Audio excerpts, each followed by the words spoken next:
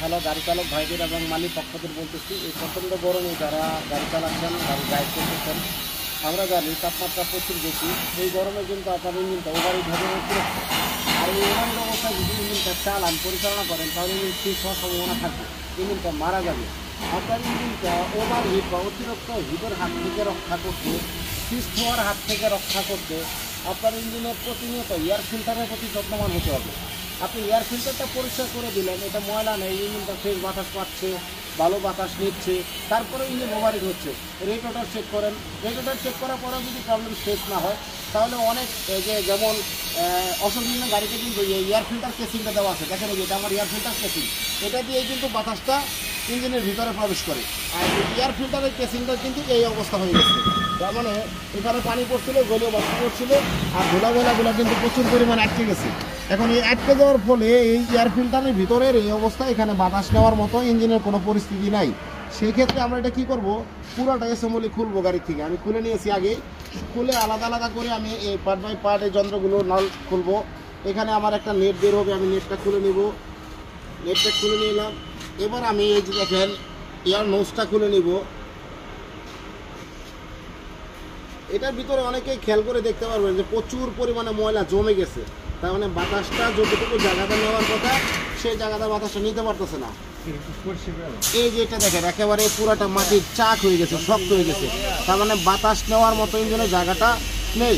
আমাদের গাড়িটা পুরাতন একটা ইঞ্জিন ছিল, আমরা পুরাটা এটা রিপেয়ার করব।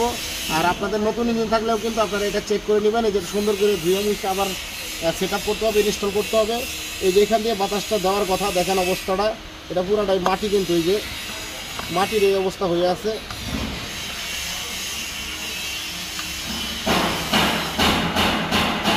যত্ন প্রতিনিয়ত নিতে হবে, আর তার জন্য যে প্রাথমিক কাজগুলো আছে সেই কাজগুলো কিন্তু আপনাকে করতে হবে। আমরা এটা খুঁচে সুন্দর করে স্ক্রুড্রাইভার দিয়ে খুঁচে এটা পরিষ্কার করে নিব। দেখেন এই যে কী পরিমাণ ময়লা বের হয়, এই যে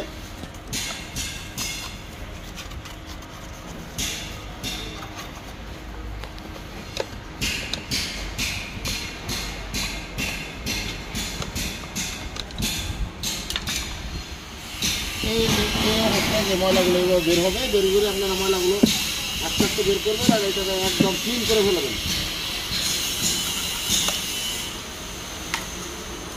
আবার পাওয়ার স্টিয়ারিং রিজার্ভ ট্যাঙ্কের নিচে এটা দেওয়া হয়েছে, তো যদি 1 ফোঁটা 2 ফোঁটা পাওয়ার অয়েল এটার গায়ে পড়ে, আর তখন এই ময়লাগুলো এর গায়ে একদম লেগে থাকে।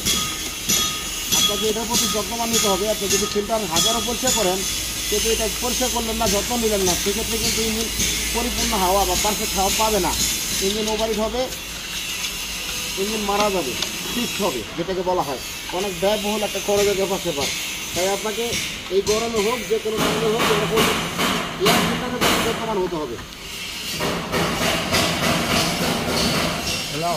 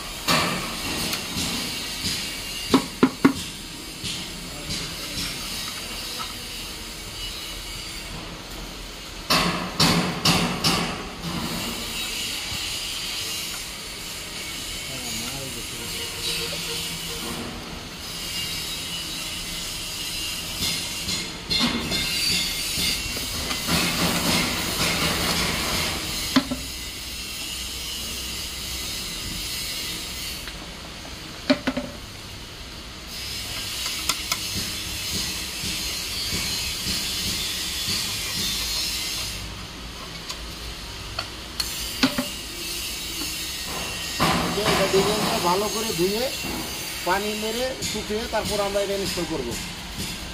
আপনারা এই গরমে সবাই ইঞ্জিনের যত্ন নেবেন, একটা ইঞ্জিন দীর্ঘদিন চালানোর চেষ্টা করবেন। আপনি গাড়িতে ইনকাম খাবেন, তাহলে গাড়ির যত্ন অবশ্যই নেবেন। গাড়ি চালক ভাইদের বলবো, গাড়ি চালানোর পাশাপাশি ইঞ্জিনের মেনটেন্যান্স বা গাড়ির মেনটেন্যান্স সম্পর্কে ধারণা রাখবেন। ধন্যবাদ। ভিডিওটা ভালো লাগলে সবাই আমার চ্যানেলটি সাবস্ক্রাইব করে পাশে থাকা বেল বাটনটি বাজিয়ে দেবেন। এই ধরনের টেকনিক্যালি নতুন ভিডিওগুলো পাওয়ার জন্য সবার সুস্বাস্থ্য কামনা করে আমি আমার ভিডিও শেষ করছি। আসসালামু আলাইকুম রহমতুল্লাহ।